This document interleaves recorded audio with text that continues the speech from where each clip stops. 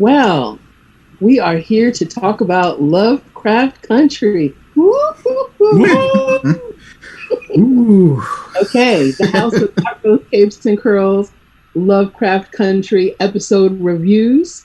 We are going to be here for 10 weeks talking about Lovecraft Country. The book is, oh man, now I forgot his name. Ruffin? Is that his last name? It's based on a book. Mm-hmm. Misha Green is the showrunner. Jordan Peele is the producer. I am not usually a fan of horror at all, but the cast and the story compelled me, and here we are today.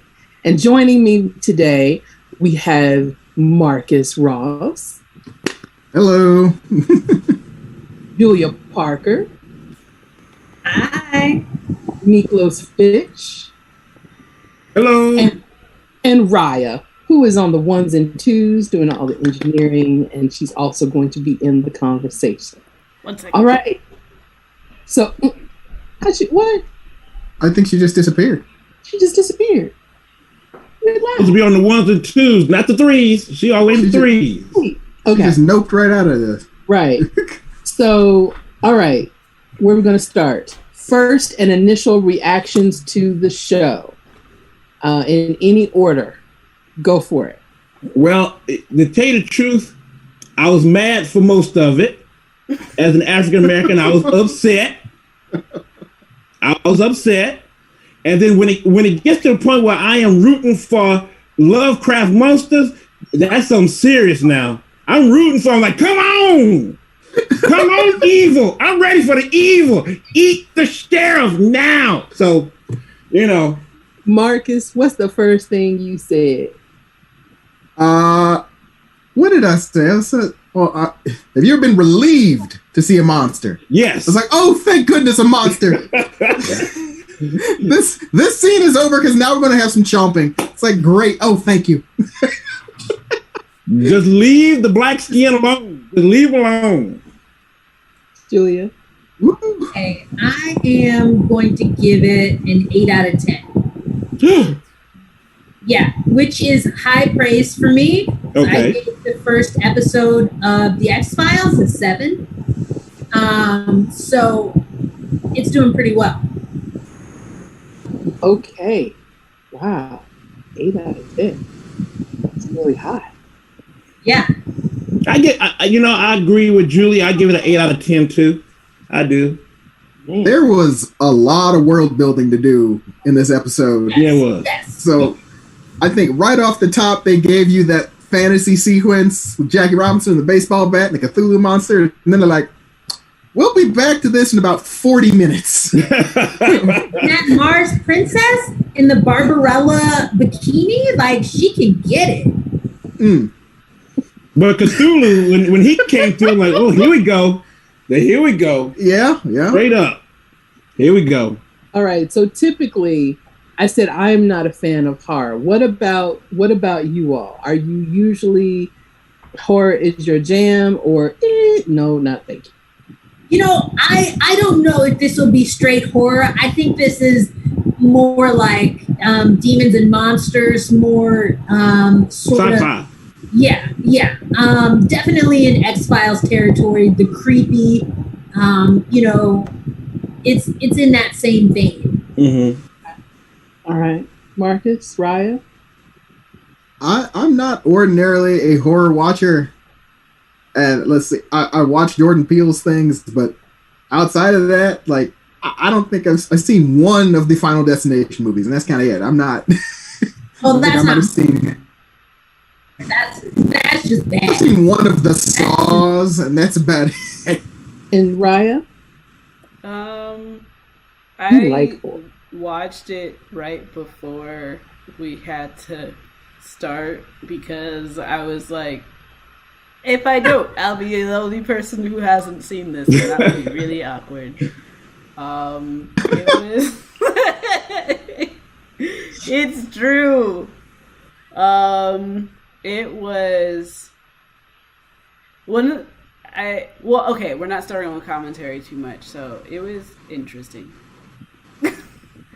Now with horror, for me, I don't do horror. That's Starla's department. I don't do that. Now games is board games, as you can see back here, but I do a little bit of horror with board gaming, not that much. Starla don't like the board game, horror, but now Lovecraft. I don't have one Lovecraft game in my collection because the boy was straight racist, so I don't do all that. And then that leads to the next question about your familiarity with H.P. Lovecraft. A whole bunch. Because when your son comes home and say, "Hey, Dad, we learned about H.P. Lovecraft at school. Do you remember? Do you believe what he called his dog?" I said, "I don't even do. Oh, his cat. Excuse me. Grant had his cat. I said, don't even do that, Grant. Don't make me madder. Don't make me madder." Yeah, my exposure to Lovecraft is all board games, simply because it's all public domain. Yeah. So, okay. People like using the monsters and the mythos. Yes, they do. Yes. And everybody has used so many things. So that's what I know of H.P. Lovecraft. Cthulhu and everyone else using the monsters and the tropes, and a little familiarity with weird tales and that subgenre of speculative fiction and his place in it. Julia, you mentioned the Red Woman, and was it Barsoom, the woman from Mars? I'm more familiar with the other guy. Is it Burroughs that wrote John Carter of Mars series? Yeah. More him than H.P. Lovecraft, because I don't really like horror or racism. But I also knew that Misha Green was involved in this. I was a huge fan of Underground. Yes. Huge fan of Underground. And Journey was so underrated in Underground. I think that bringing her back is really sort of maybe to make up for her ratchet brother. I don't know. Jesse. Don't talk about Juicy. But Journey, I think she's a good actress. Yes, she is. Continually overlooked. Yes. Since that 90s, since she came up as a teen queen. And on the Cosby Show. Yeah. Yep, she was. Among others, yeah. Right. And Jordan Peele, you mentioned him. I think anything he touches now, it's gold. Even though it might not be good, it's gold. So. But I gotta tell you, that opening sequence, that was all JJ. I could see that robot stamp on it. Yeah. That was all JJ Abrams. Yeah. Had to be. Yeah. All right. So, nitty gritty. Let's talk about it. I think we got all that other stuff out of the way. Where do we want to go first? There's so much. I'm inclined to talk about the history. Mm-hmm. Please do. Yeah, please do, because the one thing that we can see is that everybody, when white folks saw the show, they immediately went to Google and said, "What is a sundown town?" It sounds kind of fun. What is that? Right. A sundown town. What is that? Right. And we learned that there are so many people out there that don't know. Yes. Because they've never had to either deal with it or heard stories about it. Mm-hmm. I am very familiar with sundown towns. I think there are some here in the state of Nebraska where we are. Yeah, they are. And then just understanding the history of America. Tell us about it, Jay. Come on now. What is the sundown town? A sundown town is a town that through either some form of legislation that is skewed or practice has stated that Black people are not welcome after the sun goes down. And that is a warning that anything could happen to them if they remain on any premises in that town. Mm-hmm. And that is a real thing in America. Real thing. 20th century. And I think that it was that moment that we had in Watchmen with that opening and Tulsa and people being like, what is that? Yeah. It's the same thing. Yeah, it is. Happened in this particular episode.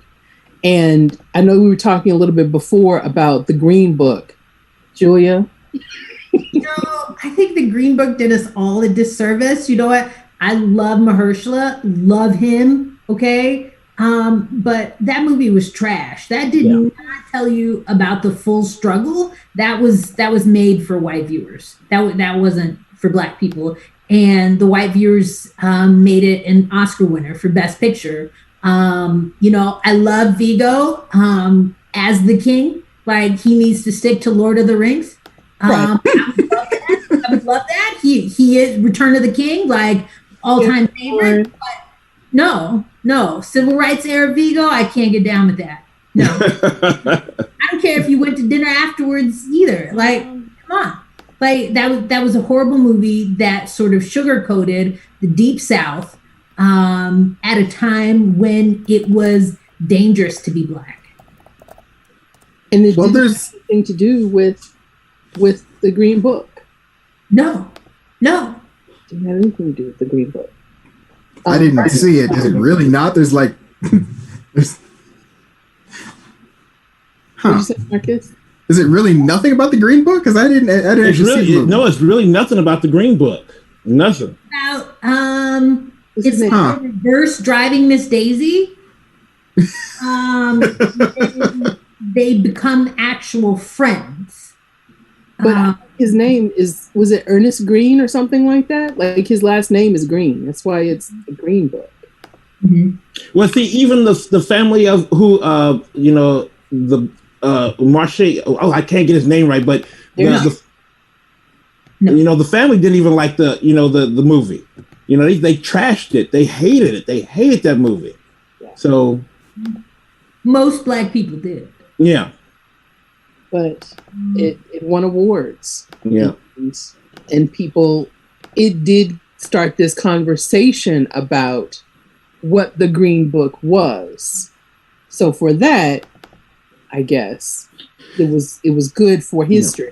So, but what I like about Lovecraft Country, they didn't shy away from it from the beginning, because when they had us in the back of the bus and that bus broke down and they said, "Hey folks, we got another ride for you." The brother and sister were going nowhere with the white folk. And when they started walking down the road, I said, "There you go, right there. There you go." So they didn't shy away from it. I'm really glad about that. They didn't shy. Right. And they even had the casual stuff, the separate counters, the colored people only entrance. I mean, they had it all. Okay, I have to say one thing that I love was that James Baldwin sequence. When he was talking about the voiceover about the state of Black people in America, how we have always felt less than or been treated less than in America, and how that disrupted the American dream. And while you see the cinematography focusing on like old school Jim Crow commonalities, that was very poignant. He could have said that today. Like, I think everyone is revisiting James Baldwin, plug for I'm Not Your Negro, but he really had a voice that resonates. And in 2020, he impacts you. He hits home. Or people could just watch the YouTube clip of his debate. So like his full debate at Cambridge, where he was debating the American dream and the American Negro at Cambridge University, and won that debate. I mean, is there any question? But to just watch the entire thing, everything he says in it is applicable to today. I was going to go somewhere else with that, but then I started thinking about James Baldwin. Thanks, Julia. No. We should all be reading The Price of the Ticket. Like, I picked it up again, and I'm like, you know what? Post George Floyd era, like, it should be on top of everyone's reading list. The thing that I loved about the way that the story opens is, so you have Atticus, who plays Tick, and he's going to see his uncle after he's returned home from the Korean War. And they are having a conversation about not only literature, but about science fiction and horror. And they are Black men in the 1950s having this very nerdy conversation about literature. And I loved that. Yes. That is so true. That is so true. They are the Black intelligentsia. Yeah, that is so true. I love it. It was beautiful, not just because they're talking about books and reading, but what they're talking about. Other worlds. Oh my God. That was probably my favorite part in the whole show. Were there any favorite parts that you all had? For me, it was the first part with Tick's dream, and seeing, War of the Worlds and everything just coming together like that, Cthulhu, busting out. And when you had Jackie Robinson take out Cthulhu, that was it right there. Close it up. That's it. 42 took down Cthulhu. That was it. What's Journey's character's name? It's Letitia. Something. When she comes out the bathroom and tells them they got to go. Let's go. That's it. It's like, yeah. But Mark, yeah, go ahead. That was it for me. I'm like, okay, y'all know what y'all doing. But the way that Tick was figuring out why the situation was going, and how he said, why did they, paint the White House white? And the way he was figuring that out, and when he moved that thing and said it was burned, I was like, man, he was figuring it out. So that was really cool. That was a good scene too. Well, I mean, it was very obvious. Everyone in that diner was uncomfortable with them being there. Yes. But like, is it instantly time to call the cops? Because how dare you think you're going to eat here? Yes. Woo. My favorite scene was after the dream sequence. It's Courtney B. Vance, who I love, Mr. Angela Bassett, and Anjanou Ellis. And that just sort of Black love, that sort of sexy in a PG type Star Trek type of way, which is so refreshing. You don't always see that. Yeah. The Black nuclear family in a good spot, loving each other and being sexual. Right. And the little girl, she's a nerd too. Writing, drawing and talking about that stuff and doing a comic novel about sci-fi. I was like, yes, I love that. That's cool.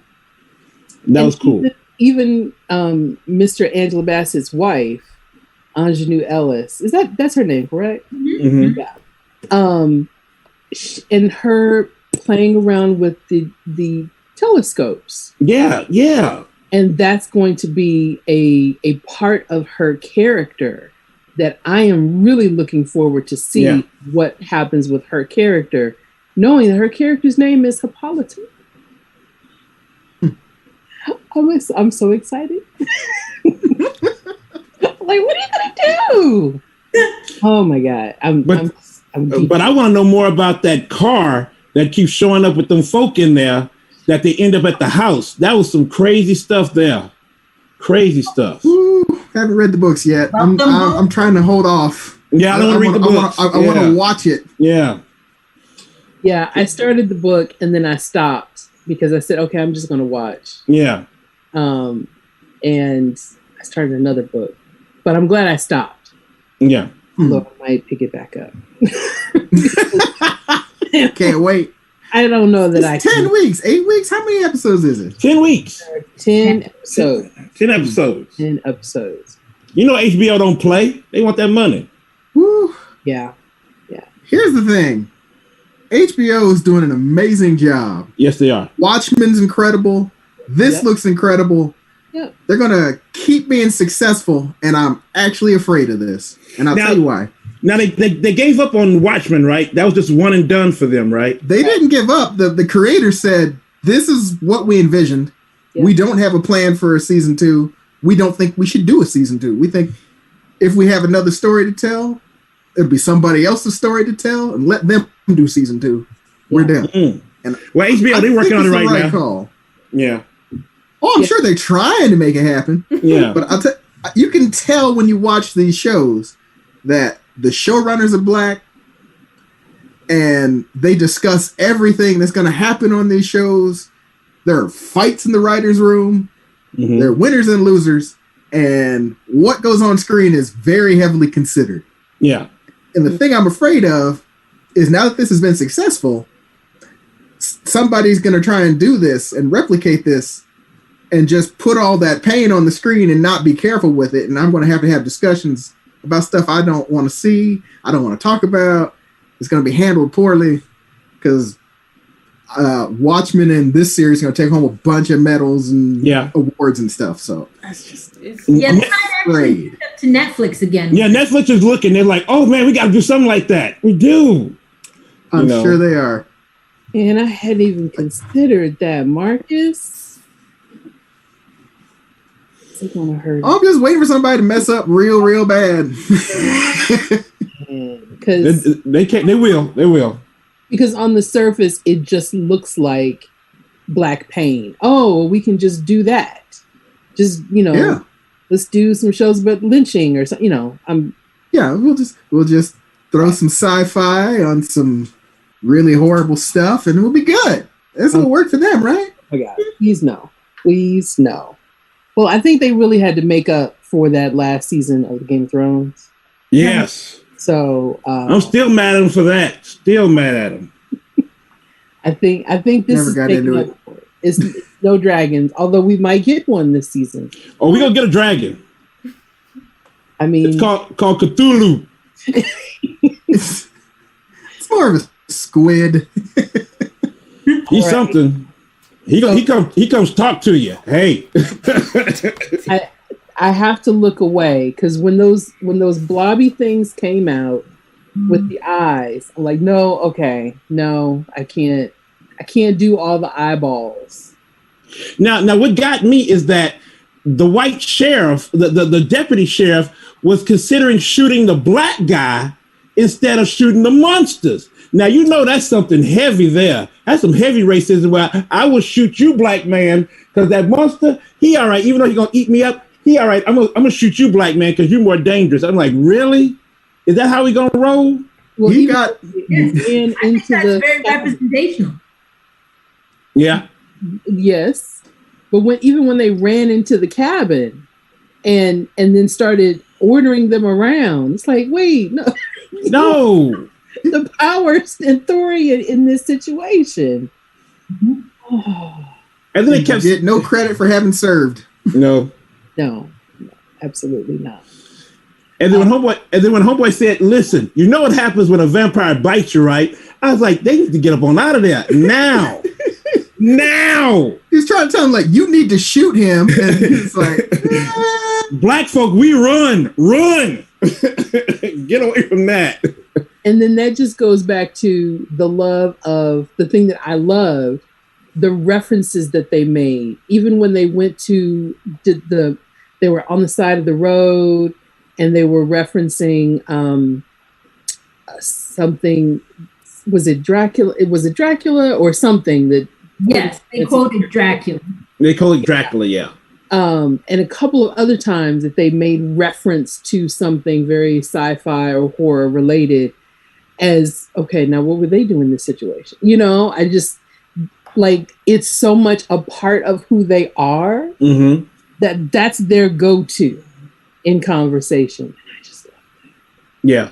Julia, you were talking about the music throughout. Yes. Okay. They are jumping centuries. So you noticed you had Etta James. Okay. You had Tara Wack, which I love. They made a misstep though when they did the Centerman cover on the credits. Like I couldn't believe that. My ears were burning. Like don't redo Nina. Okay. Pay the copyright. Don't be Really do that? Centerman, like have Nina sing it. Come on. But it's Raphael Sadiq of Tony and Pearl fame. Okay. So good. So good. And then it's Laura, I think her name is Cotman. She is a Juilliard trained traditional score writer. So juxtaposing that with Raphael Sadiq, I think they did a pretty good job. I gave them 6 out of 10 because of the Nina misstep, but I think they did pretty well on the music. Okay. Well, Now- they played Shake, Rattle, and Roll, and I've Yeah. only ever heard it on top of Clue. Yeah. So it put me there. I was like, oh, interesting. Now, when they did the rap song, like during that time, that was so cool. I'm like, yeah, there we go. Yeah. There we go. Just throw everything in there. There we go. I think like that. That's a very Misha Green kind of thing, because that's the sort of thing that they did in Underground. Yes, opening with Kanye, Kanye's Power. That was such a good move. Yeah, they in Underground they used, I think, all contemporary music in the 1800s. So yeah, but it was the score was just out of this world. So I just can't wait for the rest of the weeks with music they're gonna play. It's just gonna be so cool. I can't wait for that. now, was there anything that you didn't like? The White Sheriff. Which one? All of them. And then when why you gotta be like that? Like the people just wanted to eat the food, and then homegirl had to go in the back and hear them like, I told there is 3 of them here. She knows she had to go. They run it out. Here come. They got a whole squad after them. They got the truck with the always the white guy with the rifle coming at you, and then they have other stuff coming up. I think it was the fire truck coming at them too. There was a fire truck. I'm like, come on, we just can't get nothing to eat. So that I was the town too. That wasn't even the police. So I said in a post I said, now we got Cthulhu after us. We got racist sheriffs and racist white folk. And then also we got sundown towns. Brothers, we can't even get a break. I'm like, golly. But that was the thing that it was like, so who are the monsters? In the story of Black people in this country, who are the monsters?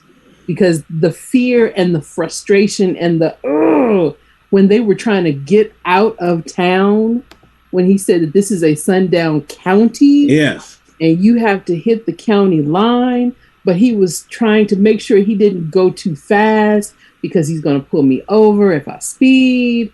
And even just the thought that he asked, can I make a U-turn? Like the things that he had to think ahead of time. Yeah. Just all of the little steps that we as Black people have to think about that people don't realize we have to think about on to this day. Right. I mean, did you watch Sandra Bland's Traffic Stop? That video exists. You can watch it, and it's very similar. Let's put it that way. And part of the episode was oddly, I think it was my favorite part, only in the sense of watching it and seeing it from a perspective of just being like, typically in any other kind of setting of a movie, it'd be all like, oh, like, wow, such drama, such tension. But like this being Black people, and then also specifically within a historical setting, even though, as Mick said, like this is still very much relevant to today. It's like, there's all of this action and tension and you would think that it was just for the entertainment, but like this was real. Like this was real tension. This is like real like drama. And even though there's creativity put into it to like figure out what words are going to go where and how people are going to do what, it's all based off of true events. And it's like, you know, I remember before this I was talking with Jade and about how my opinion is that Black people do like horror better. And because it gets like, and I always notice like whenever I'm watching Black horror, it's almost always something psychological. Like always just gets in your head and just rattles you around. It's not about like, you know, just somebody hiding behind a mask. Like Jade said, it's the unmasked people who like in all of those like moving pieces and so like with the same the tension that is created through these Black horror films are all based on like truths, and that's what really like messes people up. And in an odd way, like I enjoyed it from like an entertainment perspective of like, yes, this is overwhelming, potentially triggering, but like look at the cinematography, like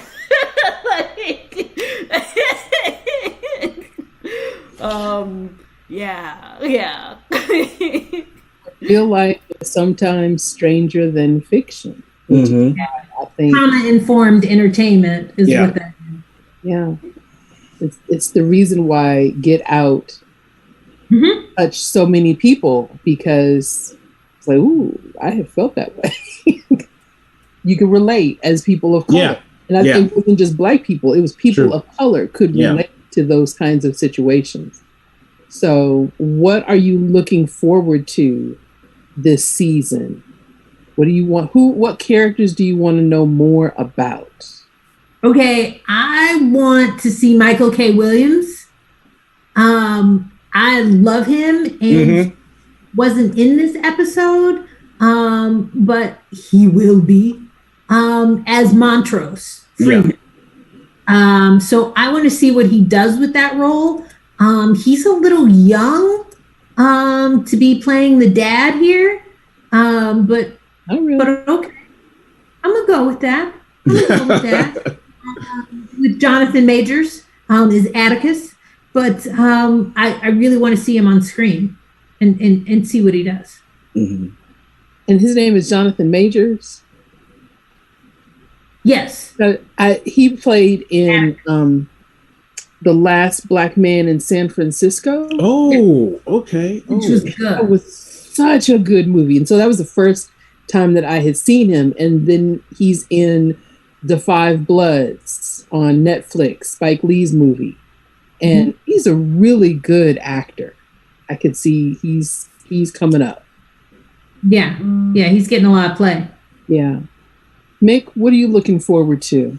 I think the continued story of bringing the Lovecraftian, mythos into it. That's what I really want to see. How they're going to resolve that and flip it, because it needs to be flipped. And so I want to see how they're going to keep flipping, the script on, the racism of, Lovecraft, and bring it, kind of fast forward into this world. But I really want to see what they're going to do with that. I really do. My only question so far was, as I was watching this, and it was like the whole like sundown scene, and then the sheriffs, they hear what they think are wolves, I think, and then like panic, goes, hides, person turns into vampire like creature, I guess. The first question that came to my mind is, how are they unaware of this? Like, it seems like this is something that if it happened at night and you work at night, that you would have seen already. That was just my feel like I feel like they would have been like, oh no, like it's happening again, and the Black people would be like, again, like again. So that was the one thing that was confusing for me. Like, how is this the first night that they know about this, and there's so many of them?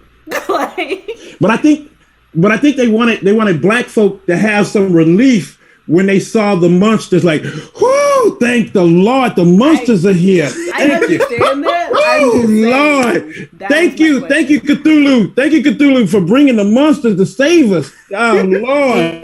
Maybe the monsters were drawn in by the overt racism. Yeah. Or just all that evil, all that evil that was just so intense. Maybe that drew them in, But then again, maybe it's because they usually don't have enough black people to be overtly racist to because they're sundown town. Because I'm just like, wouldn't they have found out about this earlier? Even if it was like a passive conversation of like the kids out camping in the dark and they say racist things and then Cthulhu comes out. Like, I don't know. Like I have questions and I wanted them to be answered. Like, why did they just now come out? Why weren't they aware? Because sheriffs talk. And you had the scene where they were at the brother's house where he found the information and he was talking about the sheriff is bad, but it's a lot of people that got lost in those woods. So they were kind of setting up saying, a lot of people got lost. So it seemed like some of those people that got lost, now they have the 300 different, eyes on them now, and they try to bite up and eat up some folk. So it might have been wolves. You don't know. It ain't no wolves. Well, I mean, they're not in the South either. They're up in the Northeast. Yeah, Northeast. Yeah. They're not where these towns were. Yeah. The towns are in the North. They're not necessarily in the South. Because what's up. What's up in the South. We knew it was up. Usually when you explore these racist themes, you go to the South, but this one's explicitly in the North and saying, we're not letting them off the hook. Yeah. This stuff happened there too. Yeah. Flipping that script, they just flipping it. So. And also flip script, the black people were not the first to die. Yeah. The black folk were not the first to die. But I was kind of, because it was funny. It was funny when I think when the girl was running, the young lady was running, and I said, I hope they don't get a star. Looked at me and said, she's the star of the show. Ain't nobody gonna touch her. Nobody's not gonna touch her. She is gonna be just fine, and she's just fine. Yeah. Why didn't they give her the flashlight? Yeah, my God! That old crazy sheriff. You got a gun. It's this big. But he got to keep the gun on the black folk. If she can't get the car and ain't none of y'all getting out of there, give her the flashlight. It's just common sense. And why didn't they drive the car out of there? Why did they walk out? Yeah, why'd they walk out? Why did you walk out? I don't know if maybe they got the car stuck on that sheriff's body or something. They couldn't get it off. No, the sheriff went out the window. Well, okay, that one. What about the other one? No, he was ripped up. The other time he was ripped. It's kind of hard to drive a car through a living room twice. Yeah, that's true. Maybe. Yeah. So you can do it once. What are you looking forward to? I want to see more of the relationship between Journey Smollett's character and her sister. And like all of her family was like, how do you not go to your mother's funeral? Now, you're never gonna live that down. Come on, Marcus. Black folk, we got some things, in our family sometimes, you got to cut off folk, We got some, but not your mom. Yeah, that's true. That's kind of that's tough. That's tough. In a black family. Yeah. She seems like she's got some other stuff going on. Mm-hmm. Yeah, she and her sister. That was an interesting dynamic. Yes, it was. I enjoyed that scene quite a bit, actually, because you could see the sister was looking at her, and it wasn't like, "Oh my God!" It was, "Here you go." Mm-hmm. How much is this going to cost me? Right. Just how much? It was just. I'll write a check. It wasn't a dislike or a hatred. It was a hesitancy. Like, here you go. Here you come. Right. But But my thing is, what does she do? Because she kind of explained a little bit more with the brother. But what she said, I'm trying to help people, but I can't understand. Is she like in the NAACP? I think they're going to frame her in that light. Yeah. Like, she was paying for bail to get people out of jail that were protesting. Yeah. Her being, with the NAACP, with the Freedom Council, like you never know. Or is she with the, who is she with? Because it seemed like it was framing that way that she was doing that. And, she was using that money that way. And the brother wasn't happy about that. So you got one night here. But I was like, okay. I was like, something's weird about that. Because her and the sister never really discussed it at all. So. No. And she's a journalist. So yeah. Camera. She's, and that also is not something that you would normally see of a Black woman. Yes, true. 1950s. Yeah. And very independent. Like when they're telling her how to drive the car. She said, I'm going to drive a car. Right. And when he called her girl, she said, nope. Say my name. Right. Say my name, Okay, so any final things about episode 1? I will say, so like bias, like lens of bias and stuff like that, and being used to the way how movies are structured and stuff. When they got to the house and the first person to open the door was a white man, and I was like, isn't this supposed to be like... I had a moment of confusion because first I was just like, oh, like there's going to be like a white core character. And then I was just like, but doesn't this have something to do with his dad? And then he was just like, oh, we've been expecting you. And then I was like, oh, like this is the person working for the house. And then I was just like, whoa. Like... Just like that entire dialogue of just like, these are the things I'm used to seeing, and this is the way how things are for like this narrative, which just like, again, just like proves, well, at least for me, just like another example of how when you get accustomed to like I want to say majority. Yeah, I'm just going to say majority. Whenever you get accustomed to like the majority's lens, then it can take processing to shift whenever something happens in what should be in a very normal manner. Like, like Black people do things too, but... Yes, we do. Like, sometimes Black people own mansions. Sometimes white people work for them in them. Like... But it just like takes that processing. I'm just like, oh yeah, okay, yeah, this is okay. We can do this. All right. And what is this house? Is it the Clue house? Is it more like Xavier's School for Gifted Youngsters, or is this just like a terrifying castle of nightmares that they own now? Well, see, from the get-go, I wouldn't have went up to it. I was like, oh, time to go. Let's keep walking. That don't look right. It doesn't look right up there. It doesn't. Because they said it's in the middle of nowhere, and it wasn't on the map. And that they found the road right after that. Yeah. Well, I think what I think is that car's parked out front too. The lady with the platinum hair, they were following them. Yes. And when she stopped in front of that cop car, spun around and stopped, and that car just flipped just for no reason. It didn't even touch the other car. Didn't touch the other car. There's a good 5 feet between those cars. Yeah. So yeah, there's something.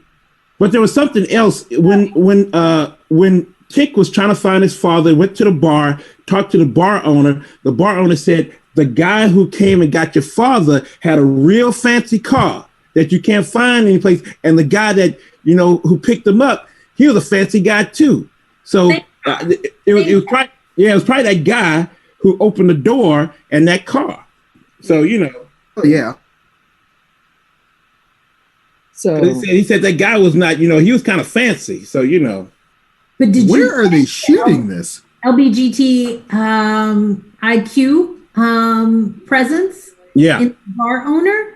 I thought that was good to interject. Like, Yes. there have been gay people. There are Black gay people. They exist. That was a good scene. That was a good scene. Yeah. And how they had to hide it because, you know, Black folk were, you know, they were homophobic like a nut. You know? Yeah. It really is. At the time, nobody was really open. Yeah. 1954. So yeah. Anything else? I think that's about it. Waiting for next week. That's it. Next week. All right. I want to see Hippolyta. I want to see what's going on with Hippolyta and the white people with the platinum hair. And and he talked about, you know, you belong here. Even though those, you know, the folk that is at this kind of meeting, they're here. You belong here. I'm like, what do you belong to? What's up? Oh, they got his blood. This will be good. This will be good.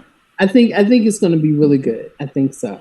Yeah. All right. Well, do you want to shout out where people can find you if you've got like an organization or a business? I'm looking at Marcus and making particular. Well, you can find me. I'm on social media as myself on Facebook. But also, my wife and I run a YouTube channel called Our Family Plays Games, where we talk about board games, and we're board game ambassadors trying to bring more people of color into the hobby. So you can find us on YouTube as Our Family Plays Games, Instagram, Twitter, the Twitter machine, and also on Facebook. You know, Our Family Plays Games. Come see us and find some good games. Awesome. Marcus? All right. Well, I am a board game designer. You can find... and a good one. Oh, thank you for that. You can find my stuff mostly on Twitter at Waterbear Games. You can follow me, and that's where we've got links to all our stuff. I'm also at Marcus Ross on Twitter. You can find us on Facebook, but you're not going to find much. All right. Julia, you want to shout anything out? Yeah. Well, I'm incognito. I am on the run. From high school friends, creditors, I don't want to see any of them. And I don't give them my number. So I'll see you next week. Okay. Dang, Julia, what's up with you? What? You know, see, we played werewolf with her, and see, she is the wolf. She was the wolf. She is the wolf. I knew it was gonna come back. She was the wolf. It was gonna come back. Yes. Raya. I'm here. I don't know. I do things. Yeah. Jade, leave me alone. I don't know. All right. Well, where can people connect to social media with the House of Afros, Capes, and Curls? Do that. Okay. Thank you. You can check us out on Instagram at House Afrocon. And on Facebook, you can find, all you gotta do is type in the House of Afros, Capes, and Curls. And there are amazing things that Jade has put her heart into, and yeah, it's really cool to just be along for the ride. Thank you. And what she said. Same bad time, same bad channel on Tuesday next week after Love Country. Wait, did I say it right? Lovecraft. Yeah, Lovecraft Country. I was trying not to say the craft. Lovecraft Country. Thank you.